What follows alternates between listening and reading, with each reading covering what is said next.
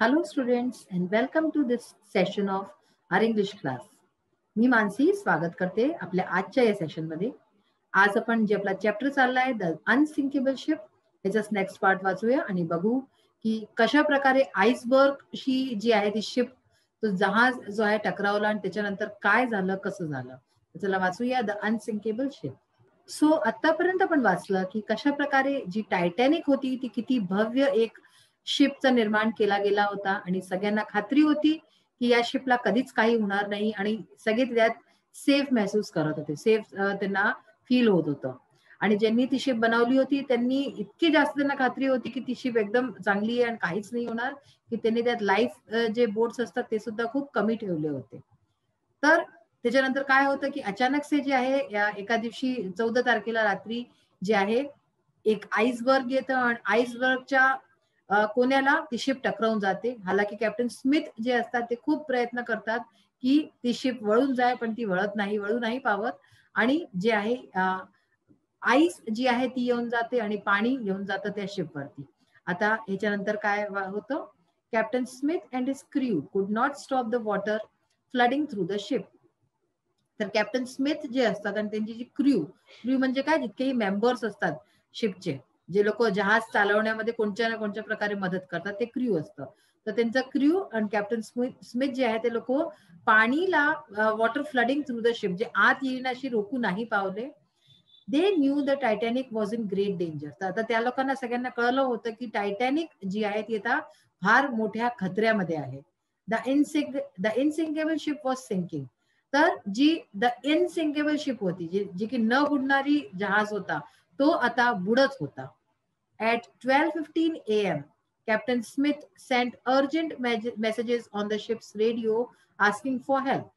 आता रात्रीच्या 12:15 कॅप्टन स्मिथनी जे मेसेजेस असतात, अर्जंट मेसेजेस असे धाडले त्यांनी शिपच्या रेडिओवरतून, आस्किंग फॉर हेल्प, मदत करता त्यांनी आपल्या रेडिओतनं आणि जितकेही जहाज जवळपास असतील त्यांना आपल्या रेडिओतनं मेसेज धाडले. Help, Titanic sinking, come quickly. अशा प्रकारचे त्यांनी मेसेज धाडले की हेल्प म्हणजे मदत करायला या, टायटॅनिक डुबतीये, बुडती आहे आणि लवकर या. Then he ordered the crew to wake all the passengers up. आणि त्यानंतर त्यांनी काय केलं की आपल्या क्रू मेंबर्सला, जितकेही लोक होते त्यांना म्हटलं की पॅसेंजर्स, जितकेही यात्री आहेत जहाजमध्ये, त्यांना उठवून द्या. आता सगळे झोपले होते कारण की a ship called the California was only 20 miles away, but she did not receive Titanic's messages. आता एक जहाज जो होता कॅलिफोर्निया नावाचा, तो फक्त 20 मील्सच्या दुरीवरती होता, पण जे आहे त्याला टायटॅनिकचे मेसेजेस, संदेश नाही मिळाले. Her radio was turned off and the radio operator was asleep. का नाही मिळाले? कारण की त्यांचा जो रेडिओ होता तो बंद करून दिला गेला होता आणि जो रेडिओ ऑपरेटर होता तो सुद्धा झोपत होता. Another ship called the Carpathia heard the Titanic's calls and sailed at full speed towards her. आता एक अनेक जहाज होता ज्याचं की नाव होतं कॅरपेथिया. त्यांनी त्यांचा जो आहे मेसेज वाचून घेतला होता, टायटॅनिकचे कॉल वाचून घेतले होते आणि त्यांनी आपल्या फुल स्पीडने, जितक्या वेगाने तो जाऊ शकतो तितक्या वेगाने स्पीड करून त्याच्याकडे जाऊ लागला तो. Unfortunately, the Carpathia was far away and she took over 3 hours to reach the Titanic. पण काय झालं, दुर्भाग्यवश जे आहे, ज्यांनी शिप जवळ होतं त्यांनी ऐकलं नाही, त्यांनी हे मेसेज पाहिला नाही. आणि जो शिप खूप लांब होता त्यांच्याशी त्यांनी हे मेसेज पाहून घेतलं आणि त्यांनी प्रयत्नही केला तिथे पोहोचायचा, पण त्यांना जे आहे 3 तास लागून गेले टायटॅनिक पर्यंत पोहोचाय करता. ते फार लांब होती कारण की ती ship. Meanwhile the Titanic was sinking rapidly. आता काय झालं, हा जो मीनवाईल म्हणजे की मधल्या वेळेत काय झालं की जिथवरी ती कॅरपेथिया यांच्यापर्यंत पोहोचे त्याच्या आधी जे आहे सिंक करू लागली, ती लवकर बुडू लागली कारण की त्याच्यावरती पाणी येऊन गेलं होतं. तर ती रॅपिडली म्हणजे फास्टली ती बुडू लागली. The crew lowered the life boats in to the sea, but there was only enough space in the boat for a few hundred passengers. आता काय झालं, जितकेही थोडे बहुत लाईफ बोट्स होते ते जे आहे क्रू मेंबर्स जे आहेत ते लोक समुद्रात टाकू लागले हळूहळू करून, त्यांनी म्हणजे खालती करू लागले. आणि दुर्भाग्यवश काय झालं की एक तर कमी होते लाईफ बोट्स आणि त्यातनं जितके होते त्यातही फक्त थोडेसेच लोक जाऊ शकत होते. There was only enough space in the boat for a few hundred passengers. 100 लोकांचीच जागा होती त्या बोट्स मध्ये जायपुरती. The Titanic had more than 2000 people on board. आणि जसं की आपण सुरुवातीलाच वाचलं होतं की टायटॅनिक मध्ये किती पॅसेंजर्स होते, 2000 पेक्षा जास्त. मग त्यातनं 100 लोकांना एक वाचवून काय होऊन गेलं असतं. The ship began to tilt in to the sea. आता काय झालं, शिपचे 2 तुकडे होऊन गेले होते ऍक्च्युली, म्हणजे ते असं क्रॅकसा होऊन गेला होता. तर टिल्ट म्हणजे काय, move in a sloping band position, म्हणजे अशी अशी होऊन गेली होती. ठीक आहे ना, ही शिप अशी चालली होती, ती अशी होऊन गेली तिची पोझिशन. तर टिल्ट होऊन गेली होती समुद्राकडे. People began to jump from decks in to the ice cold water. लोक जे आहे समुद्रातनं पाण्यात जे आहे कुदू लागले, जे की आईस कोल्ड वॉटर होतं. पाणी जे आहे इतकं भयंकर थंड होतं. तुम्ही समजू शकता की तिथे आईसबर्ग होते. आईसबर्ग म्हणजे काय, बर्फचे तुकडे. बर्फ कशी बनली, इतकं भयंकर थंड होतं तेव्हाच तर आईस बनली तिथे. तर लोक आपली जान वाचवाय करता त्याच समुद्रात जे आहे उडी मारू लागले त्याच्यामध्ये, जे की पाणी इतकं भयंकर थंड होतं, आईस कोल्ड वॉटर होतं. With its lights still shining, the Titanic stood upright for a few minutes. आता काय झालं की त्याची लाईट्स अजूनही जळत होते. टायटॅनिक जी आहे upright for a few minutes, काही मिनिटाकरता ती जी आहे अपराईट म्हणजे वरती राहिली. Then at 2:20 AM on 15 April she vanished in to the sea. आणि त्याच्यानंतर काय झालं की 2:20 सकाळच्या 15 एप्रिल होऊन चुकली होती आणि शी vanished in to the C. तर थोड्या वेळ वरती राहिली आणि मग हळूहळू करून ती पूर्ण समुद्रात बुडून गेली. About 1500 people drone. किती लोक बुडले याच्यात, 1500. 1500 म्हणजे 1500 लोक जे आहेत ते लोक डुबून गेले, डुबून मरले त्याच्यात. Captain Smith and most of his crew went down with the ship. तर कॅप्टन स्मिथ जे की त्या जहाजाचे कॅप्टन होते, म्हणजे सगळी जिम्मेदारी जबाबदारी जी होती ती कोणाची होती, ती कॅप्टन स्मिथची होती. तर ते आणि त्यांच्या बरोबर त्यांचा जास्त तर सगळा पूर्ण क्रू जो आहे तो शिपमध्येच जो आहे तोही ड्राऊन होऊन गेला, तोही त्याच्यात चालला गेला. The Carpathia arrived at 3:40 AM. कॅरपेथियानी आपलं जे आहे खूप प्रयत्न केला तरी सुद्धा ते 3:40 सकाळी पोहोचू पावलं. The ships crew found the life boats and saved 700 people in them. तर म्हणजे 2000च्या जास्त लोक होते, पण फक्त 700 लोक वाचू पावले. तर शिपची क्रू, द शिप्स क्रू म्हणजे कोणची शिपची क्रू, कॅरपेथियाची जी शिपची क्रू होती, शिपचे मेंबर्स होते, त्यांनी लाईफ बोट्स पाहिले आणि त्यांना वाचवलं लोकांना, 700 लोकांना त्याच्यातनं. They also found chairs and pieces of wood floating on the water. आणि एवढंच नाही, या लोकांना वाचवून आणि त्यांनी हे पाहिलं की समुद्रामध्ये चेअर्स म्हणजे की खुर्च्या ज्या असतात आणि पीसेस ऑफ वुड, लाकडी जे लाकूड असतं त्याचेही काही पीसेस, त्याचे तुकडे जे आहे पाण्यावरती फ्लोट करत होते, तैरत होते. कारण की ते जे टायटॅनिक होती, टायटॅनिकचे म्हणजे सगळे हिस्से होते जे की पाण्यात अजूनही तैरत होते. But almost all of the people in the water had drowned or died of cold. पण जास्त तर लोक जे आहे ह्याच्यात पाण्यामध्ये डुबून गेले होते. ड्राउंड म्हणजे डुबून गेले, सिंक होऊन गेले, किंवा डाईड ऑफ कोल्ड किंवा मरून गेले होते थंडीच्या कारणाने. The Carpathia was too late to save them. तर अशा प्रकारे कॅरपेथियाला यायला खूप उशीर झाला होता आणि ती त्यांची जीवनाची रक्षा नाही करू पावली. The sinking of the Titanic made people think harder about the safety of passengers on ships. आता ही जी टायटॅनिक जी बुडून गेली होती तेव्हा, त्याच्यानी जे आहे लोकांना मजबूर करून दिलं सोचाय करता safety of passengers on ships, की जहाजवरती जे लोक असतात, जे यात्रा करतात, त्यांची सेफ्टी, त्यांच्या सुरक्षेच्या बाबतीत त्यांची सुरक्षा कशी होय. कारण की जे हादसा झाला इतका मोठा, त्यांनी प्रयत्न भरपूर केला वाचवायचा, पण नाही वाचू पावले आणि इतके हजारो लोक जे मेले, त्याचं म्हणजे की जबाबदारी कुणावरती आहे. तर ह्याच्या बाबतीत हे सोचायवरती मजबूर झालं या शिपच्या बुडल्यानंतर. नेक्स्ट आपण जे आहे आपल्या नेक्स्ट सेशन मध्ये वाचूया. Now we will see the English workshop exercises. So आता आपण इंग्लिश वर्कशॉपच्या काही एक्सरसाइज बघून घेऊया. सेकंड क्वेश्चन आहे तुमचं, read the text and answer. आपला टेक्स्ट आपल्याला वाचून, म्हणजे जे आपण स्टोरी वाचतोय त्याला वाचून आन्सर करायचे आहेत. तर बघा, what does the word Titanic mean. Titanic याचा अर्थ काय आहे. टायटॅनिक मीन्स ह्यूज, म्हणजे टायटॅनिकचा अर्थ आहे विशाल काय, खूप बृहत.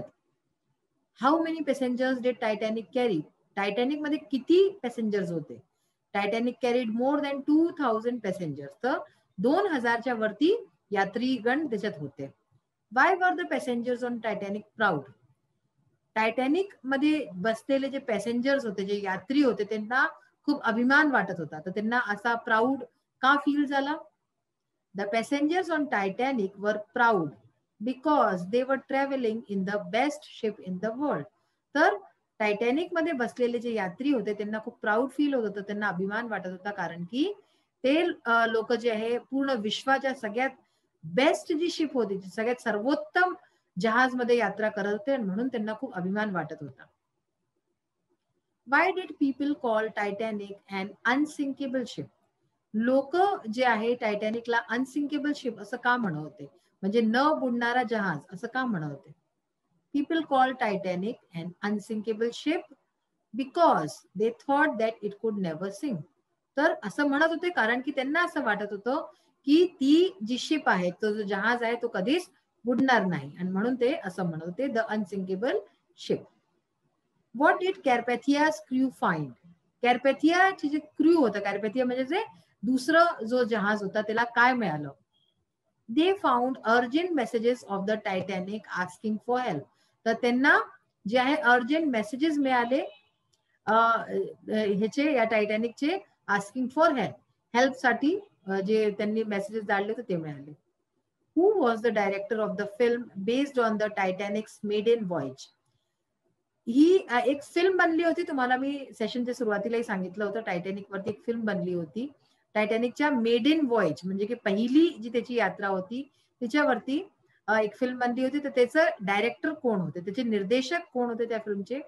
The famous film on the Titanic's maiden voyage was made by the director James Cameron. James Cameron होते. तुम्ही याच आन्सरला अशाही प्रकारे लिहू शकता, हूच्या जागी जेम्स कॅमेरॉन लिहून द्या. James Cameron was the director of the film based on the Titanic's maiden voyage. ते दोन प्रकारे असं लिहिलं जाऊ शकतं. Where did the scientist find Titanic? जे सायंटिस्ट होते, वैज्ञानिक होते, त्यांना टायटॅनिक कुठे मिळाली? Scientist found the ship lying in 2 pieces on the ocean floor. तर त्यांना 2 तुकड्यांमध्ये अशी तुटलेली टायटॅनिक शिप, जहाज आहे, तो मिळाला ऑन द ओशन फ्लोर. म्हणजे जो समुद्र होता, महासमुद्र होता, फ्लोर म्हणजे काय, त्याची जमीन खालती, कारण की ते डुबून चुकलं होतं, तर तिथे त्याला ते जहाज मिळालं. मग पहा, आता सेकंड क्वेश्चन आहे, effects of the sinking of Titanic. Titanic जी बुडली त्याचे इफेक्ट काय झाला, त्याचा प्रभाव काय पडला? The sinking of Titanic forced people to think seriously about the safety of passengers on ship. की जे आता आपण वाचत होतो तीच गोष्ट आहे, की लोकांची सेफ्टीच्या बाबतीत, लोकांच्या सुरक्षेच्या बाबतीत सोचायला मजबूर झाले, की अशा प्रकारचं समुद्रमध्ये कोणी जाते तर त्याचं सुरक्षेचं काय? As a result, it was decided that all ships must have enough room in their lifeboats to carry every passengers on board. तर म्हणून हे तय झालं, हे निर्णय झाला की प्रत्येक जहाजवरती एवढे लाईफ बोट्स राहतील की जितकेही तुमचे यात्री राहतील तेवढे त्याच्यात बोर्ड करू शकेल, जर अशी जरूरत पडली तर. It was also made mandatory for all the ships to keep their radios working all the time during day and night. आणि हे पण मॅन्डेटरी केलं गेलं, म्हणजे की अगदी आवश्यक केलं गेलं की प्रत्येक शिप जी पण आहे त्याचं रेडिओ हमेशा वर्किंग राहिले, चाहे दिवस असो चाहे रात्र असो. मग आहे fourth question, frame 5 of your on sentences using the construction as as. आता हे पहा, ॲज आणि ॲजच्या मध्ये काही पण होऊ शकतं, तर अशा प्रकारचे सेंटेन्सेस फ्रेम करायचे. The policeman was as watchful as a hawk. तर म्हणजे पोलिसमॅन जो आहे तो वॉचफुल म्हणजे काय, की इतका असा जागृत होता, नेहमी असा अलर्ट राहायचा, ॲज अ हॉक. हॉक म्हणजे बाज जो असतो. I want cricket bat as well as gloves. तर पहा इथे ॲज वॉचफुल एज झालं, ॲज वेल एज, तर मला क्रिकेट बॅट हवा आहे, ह्याच्याच बरोबर ग्लव्स पण हवेत. She was as beautiful as a fairy. तर ती तेवढीच सुंदर आहे होती जेवढी की एक फेरी. फेरी म्हणजे काय, परी. You can stay as long as you like. तर प्रत्येक हे जे शब्द आहेत तुम्ही पहा, सगळ्याचा फ्रेजचा मिनिंग वेगवेगळा होतो. तो you can stay as long as you like, तू तेव्हापर्यंत राहू शकतो जेव्हापर्यंत तुला आवडेल. I need the information as soon as possible. मला इन्फॉर्मेशन हवी आहे, माहिती हवी आहे, जितक्या लवकर होऊ शकेल. तर अशा प्रकारे तुम्ही पण हे सेंटेन्स बनवायचा प्रयत्न करा. ॲज, 2 ॲजच्या मध्ये एक दुसरा शब्द लावून आणि असा सेंटेन्स बनतो. मग आहे फोर्थचं B, write 3 sentences of your own using the following construction too आणि टू, TOO आणि to. He is too talkative to keep quiet for a single moment.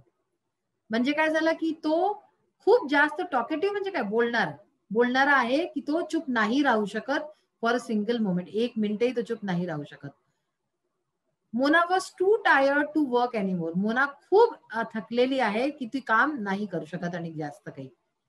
To tired, to talkative म्हणजे खूप जास्त, टू टॉकेटिव्ह म्हणजे जास्त बोलतो, to tired म्हणजे जास्त थकलेला, टू एंग्री म्हणजे की जास्त रागावलेला. He was too angry to think clearly, की तो खूप जास्त रागावलेला होता की तो क्लिअरली सोचू नाही शकत होता.